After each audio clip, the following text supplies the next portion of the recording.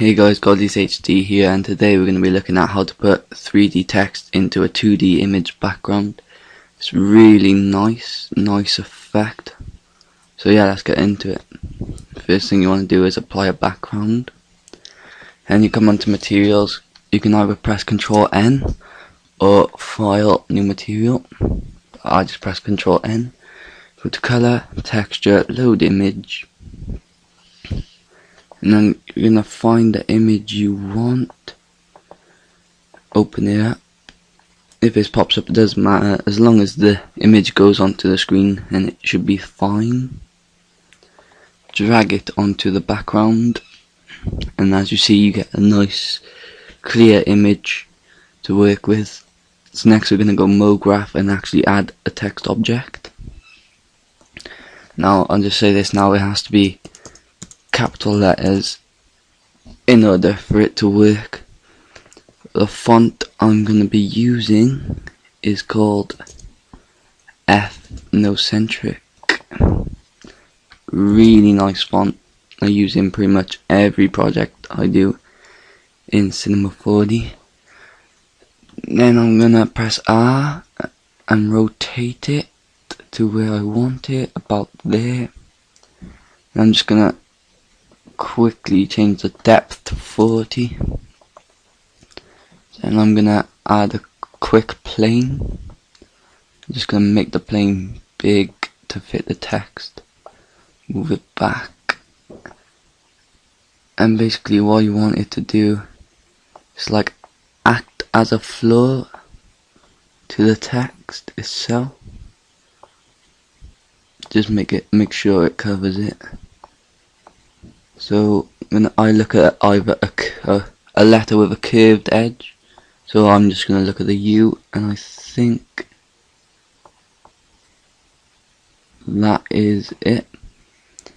And then I'm going to hold Shift and select the text object and then the plane, and then you can move them together.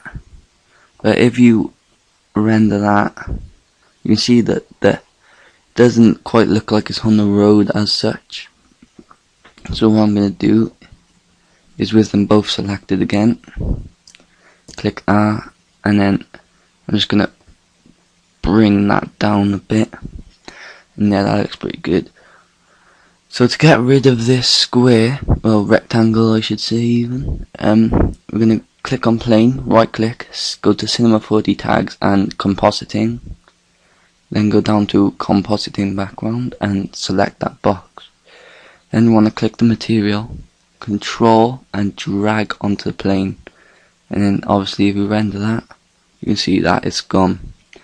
Now next thing I'm going to do is give it the text a shadow effect. So it basically looks like it is actually on the road. There's two ways of doing this. I like to use them both.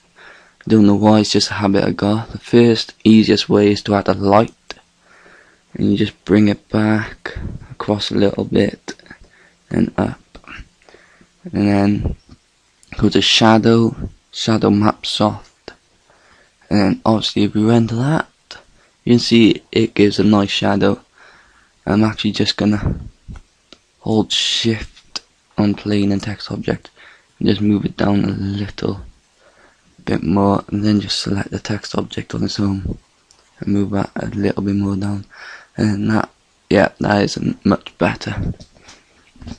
So the other way of doing it, you go into render settings, effect, ambient occlusion, change the maximum ray length to 150 and the contrast to 40, somewhere around there, and that should be fine. Now obviously if you just render that, you get a nice clean shadow, and it looks very nice. So obviously then you can just quickly edit the text, Ctrl CV, duplicate it, change the depth of this one to 20, move it back into the middle, go to caps, start, fillet cap, end, fillet cap, take this down to about 2, just to give it a nice bevel effect. And then I'm just gonna create two new materials.